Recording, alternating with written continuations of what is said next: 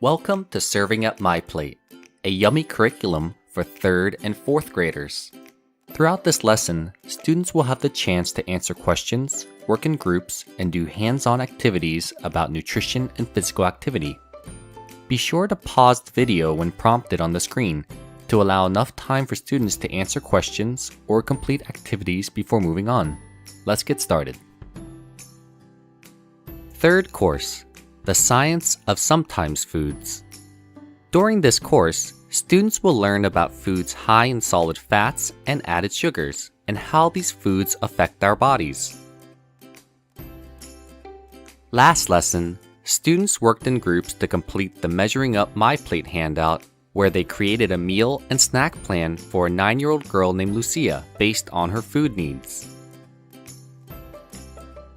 As a reminder for today's lesson, remember that we need foods from all 5 food groups of the MyPlate food guide in order to get the nutrients we need to play hard, grow, and be healthy.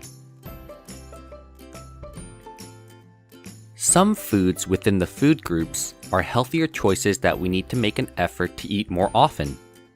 These foods contain more nutrients, but not a lot of added sugars or solid fats. On the screen are some examples of healthy foods in each of the 5 food groups, such as fresh garden salad, whole grain bread, and lean meats and poultry.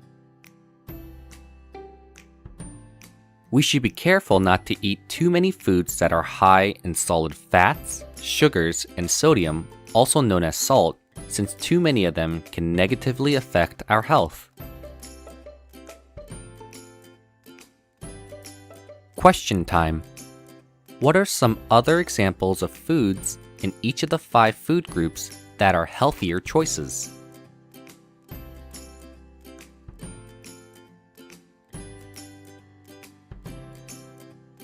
There may be many answers to this question. Some examples of healthier choices are fresh fruits and vegetables without any added sugar, whole wheat pasta and brown rice for the grains group, grilled chicken and beans for the protein group, and low-fat yogurt and low-fat cheese for the dairy group. Question time. What do you think sometimes foods are? Can you think of any examples of sometimes foods?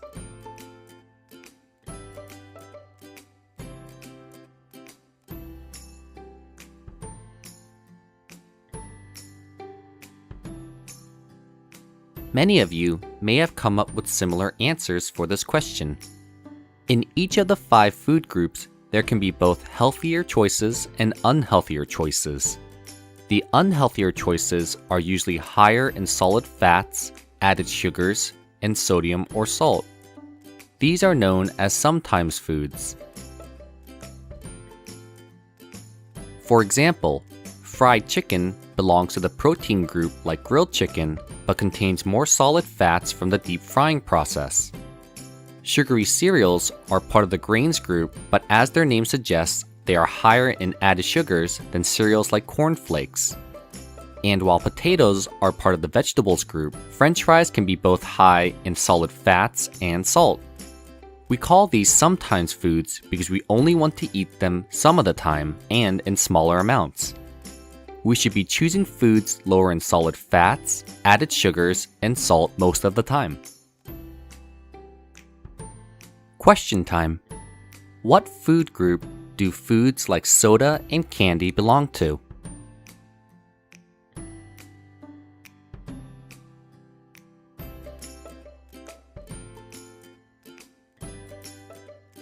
None. Since these foods are made up almost entirely of added sugars and solid fats, they do not contain enough of the healthy nutrients to be considered part of any of the 5 food groups. Because these foods do not give our bodies what we need to play hard, grow, and be healthy, it's best to eat them only as special treats in small amounts and not every day. Final question. Why do you think sometimes foods should be eaten less? How do these foods affect our bodies?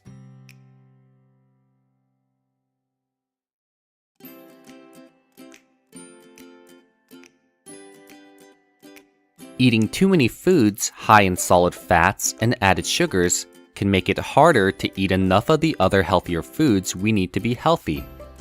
Foods high in solid fats, added sugars, and salt can make it difficult to keep a healthy weight and have a healthy heart. And too many added sugars can also lead to more cavities.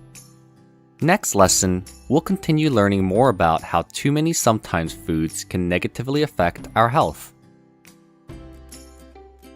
Thank you for joining us for today's lesson. See you next time.